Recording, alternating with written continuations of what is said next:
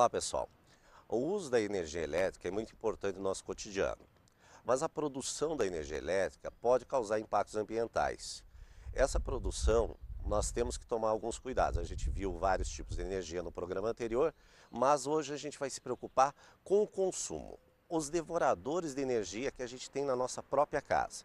Como é o caso do chuveiro elétrico, dos aquecedores, nesse friozinho o aquecedor é muito legal, né? E também outros equipamentos. Mas você sabe o porquê que eles consomem tanta energia? Nós fomos às ruas para verificar se as pessoas conhecem o motivo deles consumirem tanta energia.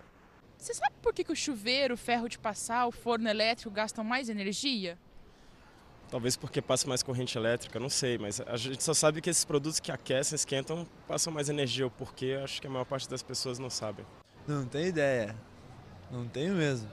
Olha, eu acho que é porque a evolução é bem mais rápida, né? Então é uma coisa que evolui muito rápido. Por isso que eu acho que gasta mais. Porque gasto mais em energia elétrica? Não sei, não tenho a menor ideia. Porque é o que é mais consumido. Por que o chuveiro gasta mais energia elétrica? Eu não me lembro. Para manter a temperatura da água quente, para poder passar a roupa. Porque eles precisam transformar a energia elétrica em calor. Vocês viram que a maioria das pessoas não sabem o que consome tanta energia. Os equipamentos que a gente tem em casa, todos eles consomem energia, ou mais ou menos.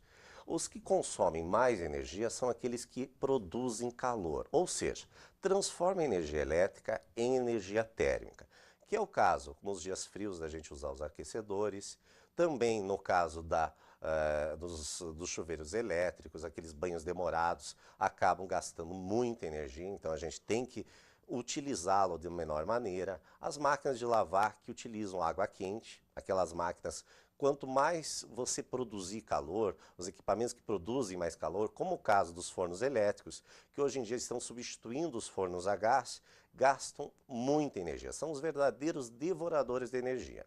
Portanto, a gente tem que ter bastante cuidado no uso deles. Há bem pouco tempo atrás, nós tivemos o risco de apagão, por causa de vários fatores. Um uso indiscriminado de energia, cada vez consumindo mais energia em casa, nas indústrias, e também os fatores como falta de investimentos em usinas hidroelétricas, termoelétricas, solares e assim por diante, e também, por causa das hidroelétricas, falta de chuva. No inverno, normalmente, há uma redução na quantidade de chuvas e isso faz com que haja uma redução nos reservatórios, consequentemente, menos produção de energia.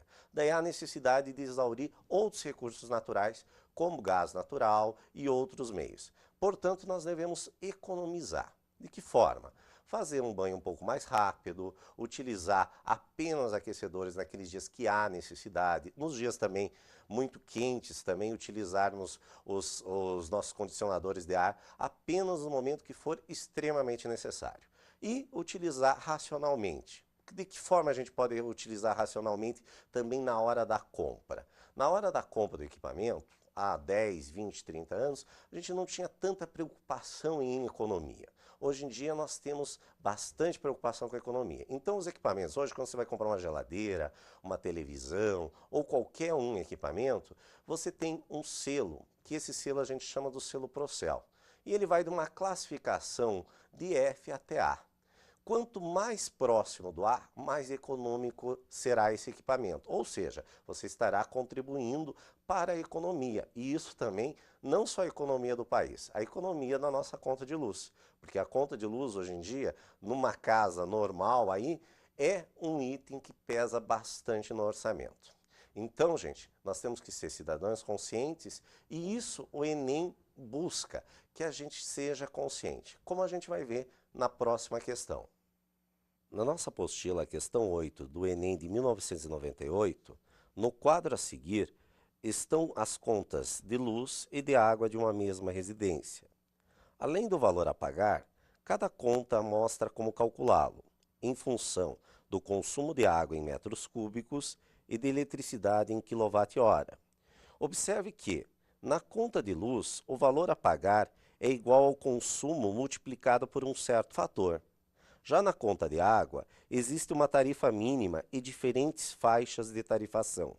Suponha que, no próximo mês, dobre o consumo de energia elétrica dessa residência. O novo valor da conta será de: letra A, R$ 55,23. Alternativa B, R$ 106,46. Alternativa C, R$ 802. Alternativa D, R$ 100. E alternativa E, R$ 22,90. Antes de nós resolvermos a nossa questão, vamos dar uma olhadinha numa conta padrão de energia elétrica. Nós temos acima na conta, na coluna da esquerda, a leitura anterior e a leitura atual. Dessa diferença de leitura, que é feito naquilo que a gente chama de contador da eletricidade, é que nós vamos ter qual que é o consumo mensal da residência. Logo abaixo, nós temos ainda nessa coluna o consumo que a gente teve nos últimos meses. Isso é interessante verificar exatamente para a gente manter uma certa média e também uma economia e verificar aquele mês que a gente está gastando muito e o porquê que a gente está gastando. Já na coluna da esquerda, a gente vai ver que há um consumo, que é o que a gente consumiu, a quantidade de quilowatts que a gente consumiu, e também qual é a taxa que é cobrada pela iluminação pública, que todos nós utilizamos. E logo abaixo, nós vamos verificar aonde a gente tem o consumo efetivo da casa, que pode variar de casa a casa, dependendo do número de equipamentos que a gente tem e também de como é utilizado o número de pessoas, isso vai variar o quilowatt-hora. Nós observamos ali que está mostrando na conta também a quantidade de quilowatts-hora e o fator de multiplicação. Esse fator de multiplicação, ele varia de ano a ano. A nossa conta ela é reajustada de 12 em 12 meses. Então, para a gente saber o valor a pagar, nós vamos multiplicar quantos quilowatts-hora nós consumimos efetivamente e este fator, que vai perfazer o total da nossa conta. Isso vai influenciar todos os outros fatores, como impostos, iluminação pública e assim por diante. Na nossa questão do Enem de 98, nós observamos que aquela família hipotética estava consumindo 401 kWh. Como houve uma dobra por algum motivo, ou seja, ele passou a consumir 802 kWh, nós vamos pegar aquele fator de multiplicação, que é, no caso da nossa questão, aproximadamente 13 centavos. O produto entre o quilowatt-hora, 802 kWh, e aproximadamente 13 centavos, vai perfazer aproximadamente R$ 106. Portanto, a alternativa correta seria o B. Mas o que significa este quilowatt-hora? O que efetivamente vai definir? Por exemplo, no chuveiro elétrico nós temos lá a posição verão, inverno, ou em alguns chuveiros a gente tem até outras diferenças de temperatura que a gente pode colocar no chuveiro. Nesses chuveiros mais modernos, nós temos muito mais opções. No caso de um chuveiro elétrico, onde ele tem uma potência de 5.000 watts, esse chuveiro, para a gente verificar o que seria o quilowatt-hora, nós vamos pegar esta potência, multiplicar pelo tempo que a gente fica em horas utilizando durante o mês inteiro e depois, como nós estamos usando um múltiplo, que é no caso o quilo, nós teríamos que dividir esse valor por 1000, que vai fazer o consumo daquele equipamento em quilowatt-hora.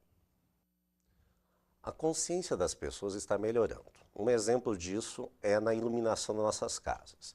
Até bem pouco tempo, a gente só via a utilização de lâmpadas incandescentes. Essas lâmpadas incandescentes não são ideais para iluminação. Por quê? Porque 98%, para vocês terem uma ideia, é utilizado na produção de calor e não para o fim que ela se destina, que é a iluminação. Então está sendo substituído por lâmpadas fluorescentes. Elas custam um pouquinho mais, com certeza. Porém, elas são mais econômicas e produzem uma luz mais clara. As pessoas ainda não estão muito acostumadas, porém é uma vantagem econômica porque diminui a conta e também há uma durabilidade maior. No próximo bloco, nós vamos ver os outros devoradores de energia que a gente tem em casa. Por exemplo, o chuveiro elétrico. Mas também nós temos muitos devoradores